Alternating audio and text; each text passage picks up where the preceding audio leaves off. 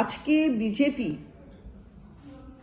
কতটা নিচে নামতে পারে ধর্মের মেরুকরণ করতে, সেটা আরো একবার স্পষ্ট হয়ে গেল।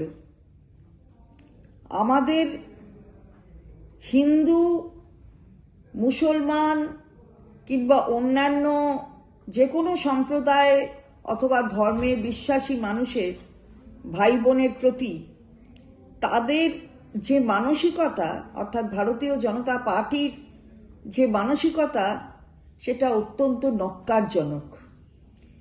এই ন্যক্কারজনক মানসিকতা প্রকাশ করতে এবার ব্যবহার করা হলো মা সারদা দেবীকে। মা সারদা দেবীকে নিয়ে যেভাবে প্রকাশ্যে তারা একটি টুইট করেছেন,